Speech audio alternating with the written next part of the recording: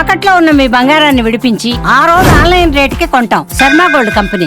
నమస్తే, మీరు చూస్తుంది సుమన్ టీవీ. నేను మీ కీర్తి. నాతో పాటు ప్రముఖ ఆస్ట్రాలజర్ గోరుగుంట్ల సురేష్ బాబు గారు ఉన్నారు. నమస్తే అండి. కీర్తి గారు నమస్కారం అండి. సో సురేష్ గారు, మనం ఉగాది కొత్త సంవత్సరంలోకి కొత్త ఆశలతో, కొత్త కోరికలతో, కొత్త రెక్కలతో అడుగు పెడతా ఉన్నాము. అసలు ఈ కొత్త సంవత్సరం కొత్తగా ఎలా కలిసి రాబోతోంది, ఏం జరగబోతోందో ముందుగా తెలుసుకొని తర్వాత స్టార్ట్ చేద్దాం. సో కీర్తి గారు, మనం ఒక అద్భుతమైన అత్యంత పురాతనమైన మన మహర్షులు ఇచ్చిన ఒక పద్ధతి ద్వారా ఈ రాశి ఫలాలు చేయటం తయారు అవుతుందండి. అంటే జ్యోతిష శాస్త్రంలో చాలా ఉంటాయండి, చాలా కాన్సెప్ట్లు, చాలా టెక్నిక్స్ ఉంటాయి. నార్త్లో కొన్ని, సౌత్లో కొన్ని, కేరళలో కొన్ని. మన ఇండియన్ ఆస్ట్రాలజీని వేరే కంట్రీస్ని అడాప్ట్ చేసుకొని వాళ్ళు మళ్ళీ అప్గ్రేడ్ చేసి మళ్ళీ అది మనం తీసుకొని చాలా ఉందండి. ఇట్స్ ఎప్పటి నుంచో ఉన్న జ్ఞానం అండి. అయితే మనం ఈ రాశి ఫలాలు చెప్పుకునేది, అందులోని ఉగాది మంతు రాశి ఫలాలు చెప్పుకునేది, ఈ ఉగాది మంతు రాశి ఫలాల్లో కూడాను మనం చేసే స్టైల్ వచ్చేటప్పటికి ఈ జ్యోతిష శాస్త్రం అత్యంత పురాతనమైన పద్ధతి, the most oldest and traditional. అంటే స్టిల్ ఇప్పటికి మనం చదువుతున్నాం. ఇది విల్ బి దేర్ అండి, ఇది ఇంకా ఇట్ విల్ బి దేర్ అండి. 1000, 2000 వీ డోంట్ నో. భూమి ఉన్నంత వరకు ఇది ఉంటుంది, ఎప్పటికీ దీన్ని తీసేయలేరు. ఎంత పాతదో మనకు తెలియదు, ఎంత కాలం ఉంటుందో కూడా మనం అంచనా వేయలేం. అంటే వాళ్ళు ఎలా చెప్తారంటే, చాలా మందికి ఇక్కడ ఉన్న జనరేషన్స్కి మనకి A+B² అని అంటాము. అందులో అసలు A స్క్వేర్ ఏంటి, అసలు B స్క్వేర్ ఏంటి, 2AB ఏంటి, అది అర్థం చేసుకోవాలి. అసలు A స్క్వేర్ అని మనం ABCలు రాసి నేర్చుకునేటప్పుడు ఉండదు. ఆ లాజిక్ ఏంటి, అది మన ఆ బిహైండ్ ఉన్న ఆ లాజిక్ని అర్థం చేసుకోకపోతే అది looks like some kind of A foolish statement, ఆ సెంటెన్స్ లాగా ఉంటుందండి. సో అదర్వైజ్ మనకు సంబంధం లేనిది ఇది. A+B మనకి ఏం సంబంధం అండి రియల్ లైఫ్లో. ఈ శాస్త్రాన్ని కూడా, జ్యోతిష శాస్త్రాన్ని మహర్షులు సూత్రాల రూపాల్లో పెట్టారండి. మనం మామూలుగా చూస్తే it looks like A foolish thing, nothing. ఏమది మనకు రియల్ లైఫ్లో ఏం ఉపయోగం దాని ద్వారా? దాని గురించి మనం ఎప్పుడు చదువుకోము, అంత టైం స్పెండ్ చేయము. ఎవరో ఏదో మాట్లాడితే అది నెత్తిన పెట్టుకొని ఇది మనం నమ్మము, ఇది వేస్ట్, ఇది మూఢనమ్మకం. ఎందుకంటే దాని గురించి మనకు తెలవకపోవటం అలా ఫీలింగ్ అవుతాం. ఎప్పుడైతే మనం తెలిసి టైం స్పెండ్ చేసేది నిజమా అని ఎప్పుడైతే ఎక్స్ప్లోర్ చేస్తారో అక్కడే వాళ్ళకి తెలుస్తుందండి. నేను ఈ జ్యోతిష శాస్త్రం దగ్గర నేర్చుకున్నప్పుడు నాకు నేర్పిన ఒక వ్యక్తి ఇస్రో సైంటిస్ట్ అండి. చూడండి హౌ, బికాస్ దీన్ని దేర్ బ్రెయిన్ రీసెర్చ్ బ్రెయిన్స్ అండి. వాళ్ళు రీసెర్చ్ చేస్తారు, ఇది ఎందుకు పెట్టారు, దీని వెనక లాజిక్ ఏంటి, అసలు ఏముంది, మొత్తం స్క్రిప్చర్స్ తీయటం, చదవటం, అర్థం చేసుకోవటం. వాళ్ళు దానికి టైం స్పెండ్ చేసి, పర్సనల్గా నాన్ ప్రొఫెషనల్ టైం స్పెండ్ చేసి వాళ్ళు ఇది ఇంత గొప్పదా అని వాళ్ళు స్క్రూటినీ చేసిన వాళ్ళే ఎవ్వరు కూడా కొట్టివేయరండి. మధ్య అటు ఇటు కాకుండా హాఫ్ నాలెడ్జ్తో ఉన్న వాళ్ళే ప్రాబ్లం అంతా క్రియేట్ చేసేది. సో ఇది మనం చెప్పుకుంటే ఈ సంవత్సరం యొక్క పేరులోనే మనకి దీని ఫలితం అంతా ఉంటుందండి. మనకి లాస్ట్ ఇయర్ క్రోధి నామ సంవత్సరం అని చెప్పుకున్నాం. క్రోధి అంటే కోపం. ఎక్కడ కోపం అంటే నేచర్, మనుషుల మీద కోపం ఉంటుంది. మనం చూసాం కదండి, మనకి సైక్లోన్స్ దగ్గర నుంచి, తర్వాత వాతావరణం దగ్గర నుంచి, రాజుల మధ్య గొడవ, దేశాల మధ్య గొడవ, బాంబులు వేసుకోవటాలు, ఈ న్యూస్లు అంతా ఇవే చూస్తూ ఉండేవాళ్ళం అనమాట. టెర్రరిస్ట్ అటాకులు కానివ్వండి, ఇప్పుడు కాలిఫోర్నియాలో పెద్ద పెద్ద మన కలామిటీస్, ఫైర్ వచ్చేటప్పటికి అన్ని ఇళ్ళని కాలిపోవటము, ఇలా రకరకాలన్నీ జరిగినాయండి. ఏమైనా రాజకీయ పార్టీలు వచ్చేటప్పటికి చాలా రాజకీయ పార్టీలు మారిపోయి ఉన్నాయి, మనం చూస్తున్నాం అనమాట. సో వీటికి సంబంధించిన ఏంటంటే క్రోధింగ్, కోపం, ఒకళ్ళ మీద ఒకళ్ళకి కోపం, మనుషుల మీద మనుషులకి, రాజకీయ పార్టీల మీద పార్టీల కోపం, నేచర్ మీద మనకు కోపం, మనం నేచర్ మీద కోపం, ఇలా ఈ క్రోధంతో గడిచిపోయిందండి. ఈ సంవత్సరం ఏంటంటే దీని పేరు శ్రీ విశ్వవసు నామ సంవత్సరం. శ్రీ అని ఎప్పుడైతే ఉంటుందో అది శుభం, ఐశ్వర్యం అండి. సో దీని పేరే శ్రీ అని పెట్టేసుకున్నాం. అందులోనే విశ్వవసు నామం. విశ్వం అంటే యూనివర్స్, అంటే బిగ్ కాస్మిక్, ప్రపంచం. సో మన తల పైకెత్తి చూస్తే మొత్తం విశ్వమే. సో ఇప్పటిదాకా మనం ఒకళ్ళ మీద ఒకళ్ళు, నేను మిమ్మల్ని, మీరు నన్ను చూసుకొని మీరు నన్ను హెడ్ చేసుకోవడం కాదు నాయనా, ఒకసారి పైకెత్తి చూడండి. మనం పెద్ద ప్రపంచంలో ఉన్నాము. ఇవి ఎన్నే ఉంటే పక్కన మర్చిపోండి. మన ప్రపంచం చాలా పెద్దది. ఎక్కడైనా మీకు కాకపోతే, నచ్చకపోతే దాన్ని వదిలేసి ముందుకు వెళ్ళిపోండి. డోంట్ స్ట్రక్ దేర్ అన్నట్లుగా ఈ యొక్క సంవత్సరం మనకి ఒక దిశా నిర్దేశం చేసి చూపిస్తుంది. ఆపర్చునిటీస్ చాలా ఉన్నాయి. తర్వాత మనకి వశు అన్నదానికి మీనింగ్ కూడా సంపద అని వస్తుందండి. శ్రీ విశ్వ వశు అంటే యూనివర్స్ అంతా మనకి సంపదమయమే, లేదు అన్న ఫీలింగ్తో ఉండొద్దు. So you dig it, I will give it అన్నట్టుగా. అవునండి. సో ఏమవుతుందంటే ఈ విశ్వంలో ఆపర్చునిటీ చాలా ఉంటుంది, అద్భుతమైన వనరులు ఉంటాయి. అది తీసుకోవాల్సిన బాధ్యత మంది. వస్తే మీ దగ్గర లేదు అన్న ఫీలింగ్ అయితే లేదు, మీకు ఏది కావాలో అంతా ఉంది అన్నదాన్ని కూడా సింబాలిక్ చూపిస్తుంది. ఇంకొకటి ఏమంటే అందమైన అమ్మాయి. వశు అంటే దానికి బ్యూటిఫుల్ యంగ్ గర్ల్ని కూడా రిప్రజెంట్ చేస్తుంది. ఎప్పుడైతే మనకి బ్యూటిఫుల్ యంగ్ గర్ల్ ఉంటే మనం ఎలా ఉంటామండి, it is obligation to everybody, it is enjoy to everybody also. It is also shows like young nature is shows always like progressiveness, optimism. So ila attraction towards the goals, ఇట్లా అన్నీ మనకు చూపిస్తుంది అనమాట. అందుకని చెప్పేసి ఈ విశ్వనామ సంవత్సరం అంటే ఈ పేరులో ఉన్న విధంగా అందరికీ సంపదలు వచ్చే ఒక మంచి సంవత్సరం అని, ప్రతి ఒక్కళ్ళకి చాలా బ్రాడ్ మైండ్గా ఉండేసి వెల్ యాక్సెప్టెడ్గా ఉండే తత్వం ఎక్కువగా ఉంటుంది. అంతేకాకుండా ప్రతిదానికి అట్రాక్షన్ ఉంటుంది. Okay, how a beautiful girl is attractive to the home, ఇది ఎక్కడ కానీ అక్కడ కానీ. తర్వాత how she so nice and active, ప్రతి ఒక్కరు కూడా అలా ఉంటారు, ప్రతిదీ ఈ సృష్టిలో ఉంటుంది అని మనం తెలుసుకోవాలి అని చెప్పేసి మనకు శ్రీ విశ్వనామ సంవత్సరం అంతా అలా ఉంటుంది. సో వెరీ పాజిటివ్, అందులోనూ డౌటే లేదు. తర్వాత వచ్చేటప్పటికి ఈ పేర్లు మనకు ఎలా వచ్చినాయి, చాలా మందికి తెలవని విషయం ఏంటంటే 60 సంవత్సరాలు ఉంటాయండి. నా చిన్నప్పుడు ఎప్పుడు బాగా చదువుకున్నప్పుడు ఉండే ఈ 60 సంవత్సరాలు తెలుగు సంవత్సరాల పేర్లు. మరి ఇప్పుడైతే ఆ టెక్స్ట్ బుక్స్లో ఉన్నాయో లేవో అయితే డౌట్. మా అబ్బాయి టెక్స్ట్ బుక్స్లో చూస్తే ఇప్పటి వరకు లేవు. అందులో 60 సంవత్సరాల పేర్లు, తర్వాత నక్షత్రాల పేర్లు, తర్వాత రాసుల పేర్లు ఇవన్నీ ఉండేవి. చదువుకొని చదువుకొని బై హార్ట్ చేసుకుని ఉండేవాళ్ళం. బట్ ఆ జనరేషన్ పోయిందేమో నాకు తెలిసి అయితే ఇంక ఈ జనరేషన్కి అయితే ఇవి ఉన్నాయో లేదో కూడా తెలియదు. సో మనకి తెలుగులో 60 సంవత్సరాలు ఉంటాయండి. ఈ 60 సంవత్సరాలకి 60 పేర్లు ఉంటాయండి. సో మన హిందూ శాస్త్రంలో ఉన్న బ్యూటీ ఏంటంటేనండి, టయానికి ప్రతిదానికి పేర్లు ఉంటాయండి. ఇప్పుడు మనం ప్రతిరోజు 12 o'clock, 10 o'clock, 5 o'clock ఈ ప్రతి అవర్లకు కూడాను మన జ్యోతిష్ శాస్త్రంలో పేర్లు ఉంటాయండి. ఆ పేరుకు అనుగుణంగా ఆ యాక్టివిటీ ఉంటుంది.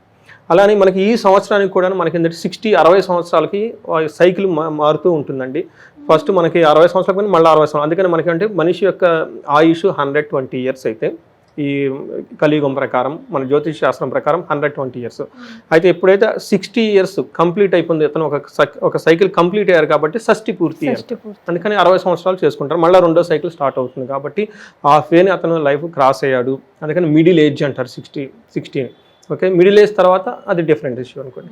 అయితే ఇప్పుడు మనకి ఈ 60 సంవత్సరాలు ఎలా వచ్చినాయి అంటే మనకి పురాణాల ప్రకారము వీళ్ళ ఈ 60 సంవత్సరాలు కూడా నారద మహర్షి యొక్క సంతానం అని చెప్తారు.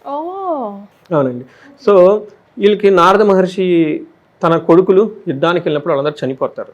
అప్పుడు నారద మహర్షి పుత్ర యొక్క శోకంతో ఏడ్ చేసుకుంటాడు. ఏంటి నాకు ఇలా చేసావు, ఎప్పుడు నారాయణ నారాయణ అని నేను చెప్పిస్తుంటాను కదా, నాకేంటికి పుత్ర శోకం అనగానే అప్పుడు ఆయన విష్ణుమూర్తి వచ్చేసి సృష్టి స్థితి లయ, మనకి విష్ణుమూర్తి అనగానే స్థితి ఉన్నదాన్ని కాపాడుకుంటూ ఉంటాడు, దీన్ని సస్టైన్ చేస్తూ ఉంటారు. కాబట్టి ఈ సృష్టి సస్టైన్ అవ్వటానికి కాబట్టి టైంలో చాలా ఇంపార్టెంట్. కాబట్టి ఈ మీ యొక్క కుమారులు మళ్ళా బతికి వీళ్ళు 60 సంవత్సరాలుగా ఈ సృష్టిని నడిపిస్తూ సైకిల్ నడిపిస్తూ ఉంటారు. ఒక్కొక్క సంవత్సరం వచ్చేటప్పటికి ఒక్కొక్క నీ కుమారుడు రిప్రజెంటేషన్ చేస్తూ ఉంటారు, వాళ్ళ యొక్క తత్వాన్ని ఇందులో బోధిస్తూ ఉంటారు అని చెప్పేసి వరం ఇస్తారండి. అందుకని చెప్పేసి ఇప్పుడు మనం చేసే ఈ 60 సంవత్సరాలు కూడాను నారద మహర్షి యొక్క కుమారుల యొక్క పేరు, వాళ్ళ యొక్క తత్వం ఇక్కడ ఉంటుంది. సో ఇదంతా మనకి సస్టైనబిలిటీ అంటే మనం పుట్టాం కాబట్టి ఉన్నంత వరకు మనం ఎలా ఉండాలి, హ్యాపీగా, ఉత్సాహంగా, తర్వాత ఆనందభరితంగా, శోభాయమయంగా ఉండాలి. సో బాధపడుతూ ఉండకూడదు అన్న ఒక తత్వాన్ని కూడా ఇందులో పెట్టారండి. వాళ్ళకి మనకి క్లూస్ ఇస్తారు, ఓ ఈ టైంలో ఇలా ఉంటుంది, ఈ టైంలో ఇలా ఉంటుంది, మీరు జాగ్రత్తగా మెంటల్గా ప్రిపేర్ అయ్యి చక్కగా ముందుకెళ్ళండి అని. ఇది అంతా మనకి పురాణాల్లో చెప్పిన రహస్యం. సో ఇది అంతా ఇంత మహత్తరమైన ఒక నాలెడ్జ్ని మీ ముఖంగా ఓకే ఈ సుమన్ టీవీ వెన్యూ మనకి ఇచ్చినందుకు ఇది ఒక అదృష్టంగా నేను భావిస్తున్నాను.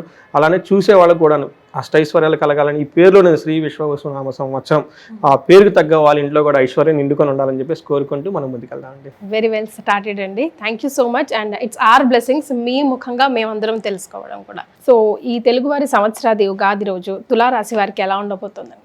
సో శ్రీ విశ్వవసునామ సంవత్సరం ఈ పేర్లో నిన్నటి విశ్వం వసు, యూనివర్స్ అంతా అద్భుతమయం, వాసుకి ధనమయంగా ఉంటుంది, రిచ్గా ఉంటుంది, ప్రాస్పరిటీగా ఉంటుంది, హ్యాపీగా ఉంటుంది. కాబట్టి ఈ సంవత్సర నామం ఎలా ఉంటుందో ఈ సంవత్సరం కూడా ఇలా అలానే ఉంటుందండి. ఎగ్జాక్ట్గా ఆ పేరు ఎందుకు పెట్టారో ఈ రాశి వాళ్ళకి కరెక్ట్గా మ్యాచ్ అయిపోతుందండి. నిలువెత్తు నిదర్శనమా? కరెక్ట్ అండి.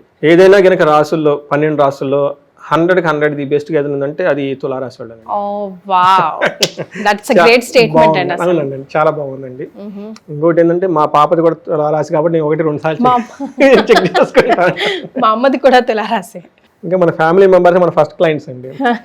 లేదనుకోండి ఇంకా అది ఇంకో రకంగా ఉంటుంది. బయట యూట్యూబ్ లో అడుగుతారు, తర్వాత ఇంట్లో వాళ్ళు ఖచ్చితంగా అడుగుతారు, ఇలా చెప్పేంటి ఇదేంటి.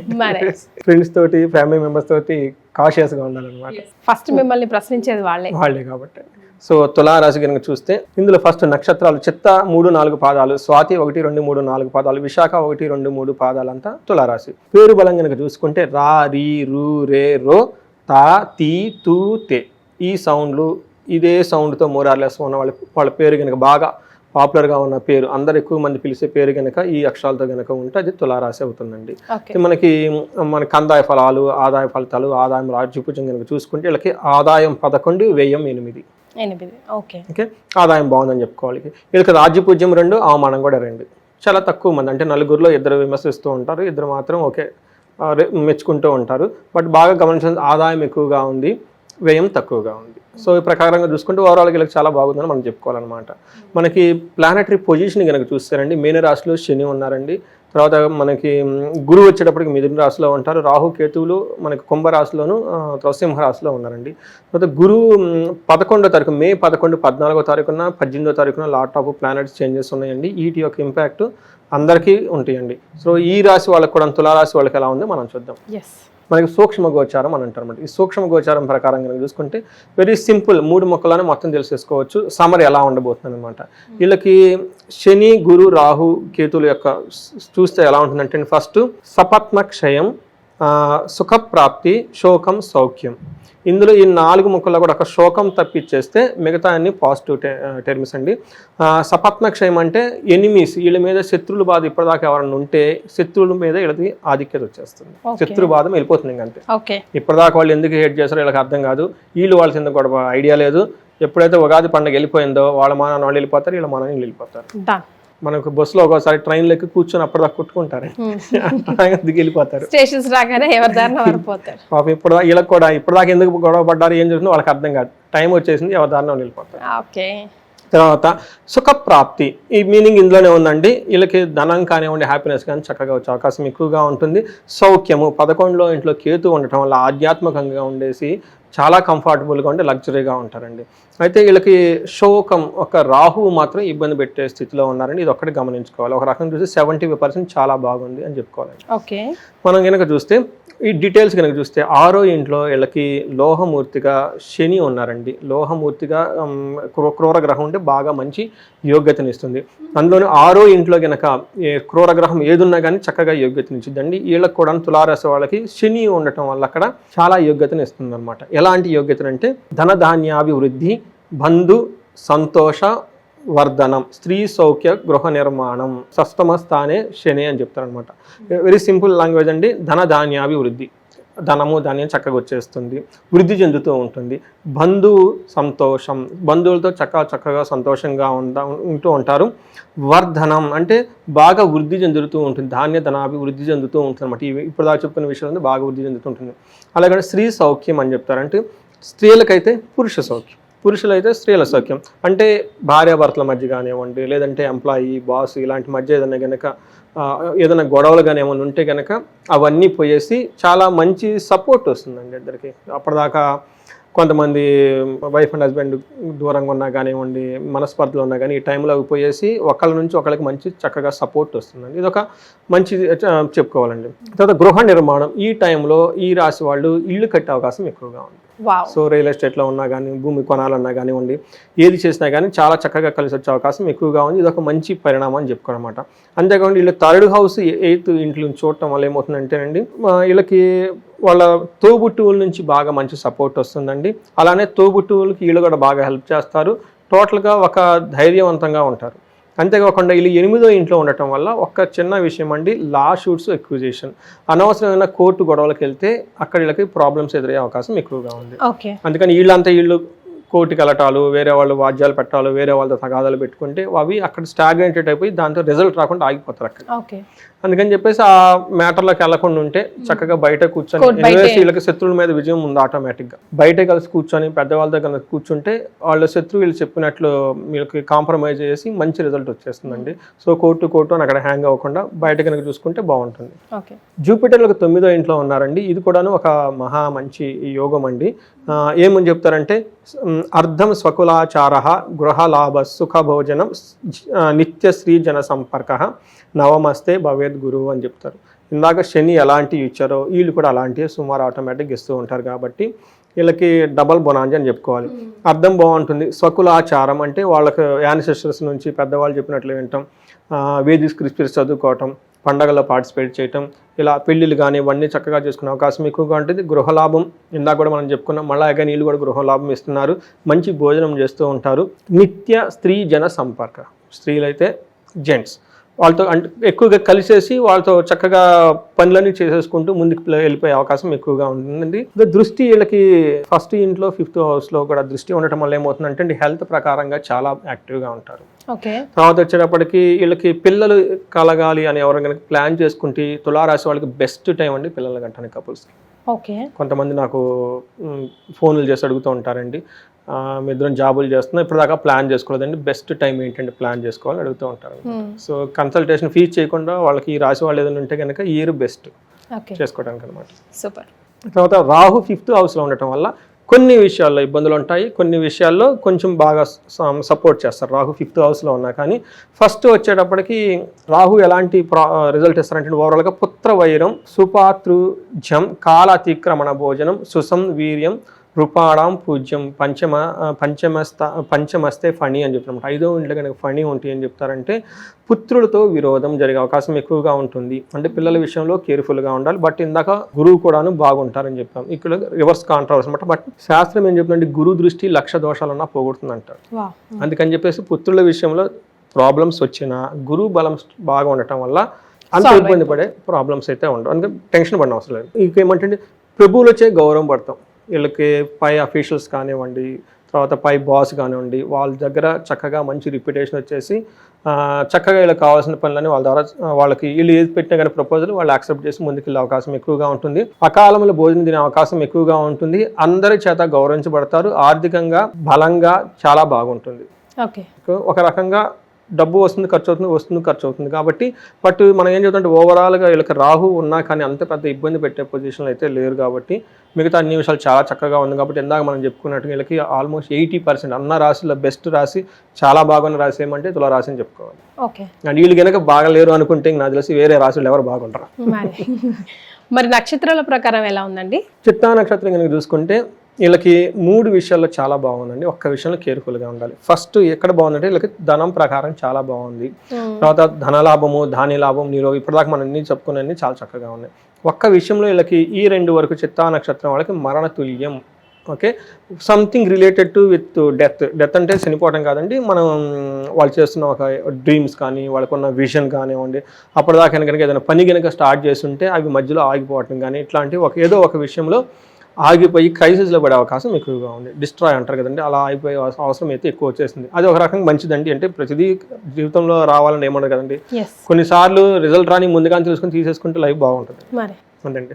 అది కూడా ఆర్ట్ అండి, దాన్ని మనకి మహర్షులు ఏం చెప్తారంటే వైరాగ్యం అంటారు. వైరాగ్యం అంటే ఏంటంటే ప్రతిదీ మంది కాదు లైఫ్లో, కొన్ని వదిలేసుకోవాలన్నమాట. మనం హ్యాపీగా ఏదైతే ఉంటాం అది మనం ఏదైతే హ్యాపీగా ఉంచకుండా బైండ్ చేసి ఇబ్బంది పెడుతూ భయపడంగా ఉంటుంది అది తీసేయడం బెటర్ కదా. సో అందుకని చెప్పేసి వీళ్ళకి అదే గుర్తుపెట్టుకోవాలి. రెండోది స్వాతి వాళ్ళకి కొంచెం మిక్స్డ్గా ఉంటుందండి. వీళ్ళకి సంపద ప్రకారం చాలా బాగుంటుంది, ధనలాభం ఉంటుంది, సుఖం ఉంటుంది, హెల్త్ కూడా చాలా రోబస్ట్, ఆరోగ్యంగా హ్యాపీగా ఉంటారు. వీళ్ళకి 2 విషయాలు కేర్ఫుల్గా ఉండాలి. ఏప్రిల్ 10th వరకు శారీరకంగా ఏదో ఒక బాధ ఉంటుందండి. తర్వాత వీళ్ళకి కూడా మరణ తుల్యం అని చెప్తారు. అంటే ఏదో ఒక పనిలో ఇబ్బంది రావటము, డిస్టర్బెన్స్ రావటము, దాన్ని తీసేసుకోవాల్సిన అవసరం అయితే వచ్చేస్తుంది. తర్వాత విశాఖ నక్షత్రం వాళ్ళకి వీళ్ళకి కూడా సంపదలు బాగుంటాయి, ధనం బాగుంటుంది, సుఖం బాగుంటుంది, ఆరోగ్యం బాగుంటుంది, సర్వజన పూజ్యం. విశాఖ నక్షత్రం వాళ్ళకి చాలా మంచి బాగుందని మనం చెప్పుకోవాలండి. తర్వాత వీళ్ళకి ఈ 2 వరకు వీళ్ళకి కూడాను మరణం తుల్యం అని చెప్తారండి. వీటి గురించి కొంచెం ఆలోచించుకొని జాగ్రత్తగా ఉండటం, పోయేది ఎటు పోతుంది కాబట్టి బీ హ్యాపీ అండి. సో మరి ఆ డిస్టర్బెన్స్ కూడా వీళ్ళు సునాయాసంగా ఈ సంవత్సరం దాటి వేయాలంటే ఎలాంటి రెమెడీస్ ఫాలో అవ్వాలి? వీళ్ళు ఎక్కువగా రెమెడీస్ ఏదైనా కనుక చేసుకోవాలంటే రాహుకి సంబంధించిన రెమెడీ చేసుకోవాలండి. రాహుకి సంబంధించిన ది బెస్ట్ రెమెడీ ఏంటంటే మనకి అందరికీ తెలుగు రాష్ట్రాల్లో ఉన్న వాళ్ళకంటే విజయవాడ కనకదుర్గమ్మ అమ్మవారు. ఓం శ్రీం దుమ్ దుర్గాయ నమః, ఈ ఒక్క మంత్రం వాళ్ళకి రామబాణం, దీన్ని ఎక్కువ జపించుకుంటూ ఉంటే చాలా బాగుంటుంది. తర్వాత ఎవరైనా కనుక మనకి విజయవాడ ఎక్కువ సార్లు విజిట్ చేస్తే చాలా బాగుంటుంది. రాహుకి సంబంధించి వీళ్ళు పారే నీళ్ళలో 7 కొబ్బరి బొండాలు, పీచు తిని కొబ్బరి బొండాలు కనుక డ్రాప్ చేస్తే చాలా బాగుంటుందండి, అందులో పోతుంది. తర్వాత మనకి గణపతి అధర్వ శీర్షం అని ఉంటుంది, ఇది వేద మంత్రం అండి. ప్రొనౌన్సియేషన్ కరెక్ట్గా చేసుకోవాలి. అయితే నేర్పడానికి చాలా మనకి యూట్యూబ్లోనూ ఇవన్నీ ఆల్రెడీ గొప్ప వాళ్ళు చాలామంది ఆల్రెడీ పెట్టున్నారు. ఇంతకుముందు అయితే అది ప్రాబ్లం కానివ్వండి, ఇప్పుడు everything is available to everybody అండి. అందుకని అందులో కనుక చూసి గురుముఖంగా నేర్చుకోవాలి. గురుముఖంగా లేకపోతే అట్లీస్ట్ యూట్యూబ్లో శాస్త్రోక్తంగా చెప్పిన వాళ్ళు వీడియోస్ చాలా మంచి ఉన్నాయండి. ఒక మంచి వీడియో చూసుకుని ఎలా ప్రొనౌన్స్ చేయాలి అది కనుక నేర్చుకొని గణపతి అథర్వ శీర్షం, ఇది వేద మంత్రం అండి, వేదాల్లో ఉన్న మంత్రం ఇది. ఆ మీనింగ్ తెలుసుకొని దాన్ని చాంట్ చేస్తూ ఎర్రటి మందార పూలతోటి గణపతికి ప్రతిరోజు గరికతో గనక ఆర్ అట్లీస్ట్ మంగళవారం కనుక చేసుకోగలిగితే, అభిషేకం చేసి కనుక చేస్తే ఈ దోషం పోయేసి, రాహు దోషం పోయేసి చాలా బాగుంటారండి. రైట్. సో తులారాశి వారికి కొత్త సంవత్సరం అంతా చాలా చాలా బాగుంటుందని తెలియజేశారు. ధన్యవాదాలండి. ధన్యవాదాలండి.